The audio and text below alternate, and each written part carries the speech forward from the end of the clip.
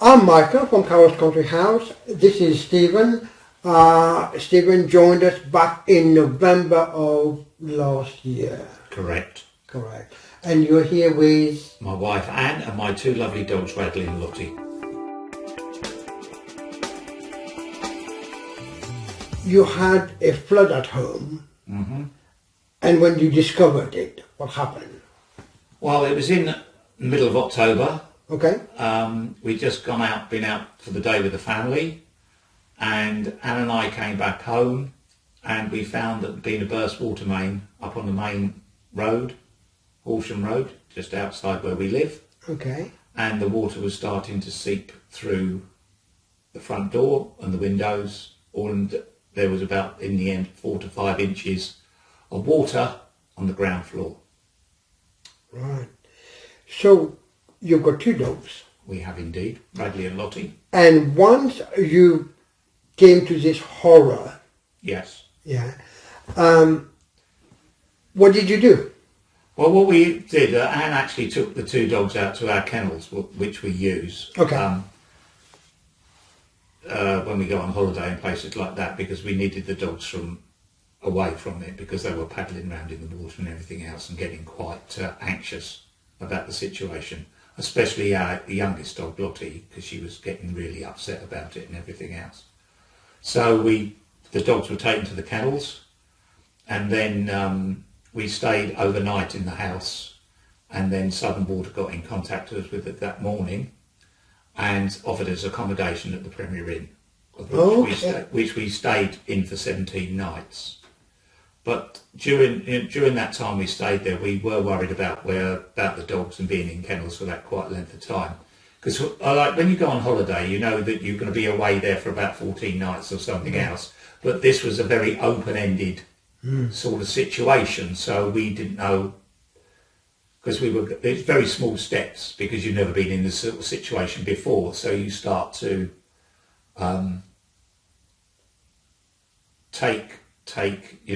working things out. And once we got in touch with the insurance company and they gave us a loss adjuster, then things started to move. So once you sort of got over the initial emergency, you went to the Premier Inn for 17 nights. Yeah.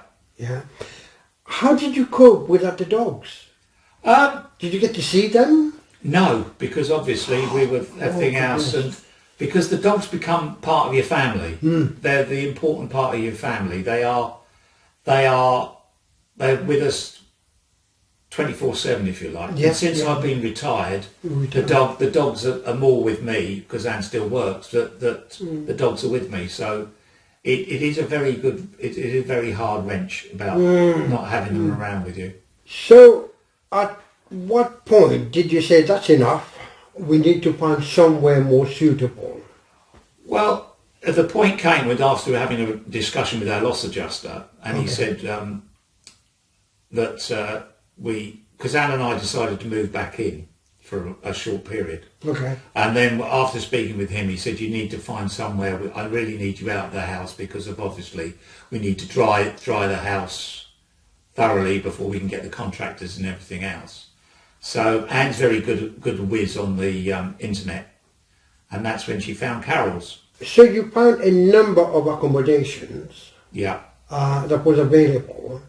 Did they all take dogs or not? We were looking for somewhere that was dog friendly. Yeah. And did you find many of them? There was a few. Okay. But this one, Carol's, was the one that we thought would be the best for us, because it was in Faygate, which is about between, as we know, Faygate is between Crawley and Horsham, and Faygate is about 3 miles away from where we live now, in Crawley. Apart from the apartment and the facilities itself, did you find that the grounds, the large 5-acre garden, an added bonus with your dogs? Oh yes, I do. Yes, I did, because obviously that you could either walk around the car park, or you could on a very lovely day like this, or when we had the snow, I would let Radley off the lead out the front, and he used to love it. Okay. round there, just going out the front of the house and just running round. Okay. If I'd let Lottie off, I think I would have had to have a search party from Oh, Carol's right, to okay. go and find her, because she's a typical terrier. Okay, okay. Nowadays, with it being unsafe, for many dogs, you hear of all sorts of horror stories. Did you find that walking around the grounds, exercising your dog, is an added bonus for you? I think it's an added bonus for us, especially in the times we are at the moment with the pandemic. That being out in the country, you're not in a town or a city or things like that where there is a lot of people around. It's a case of that you can walk the dogs and everything else. Now, what I have found very good is that since we've been here, Michael, is that you've erected the floodlighting round the swimming pool, round the fish pool. Fish pond. And the thing about it is that while those lights are on and everything else, Okay. it gives you that certain bit of safety that you can walk around there, especially around about 10 o'clock or 11 o'clock at night when you're taking your dogs out for the last walk for the evening, so they can settle down.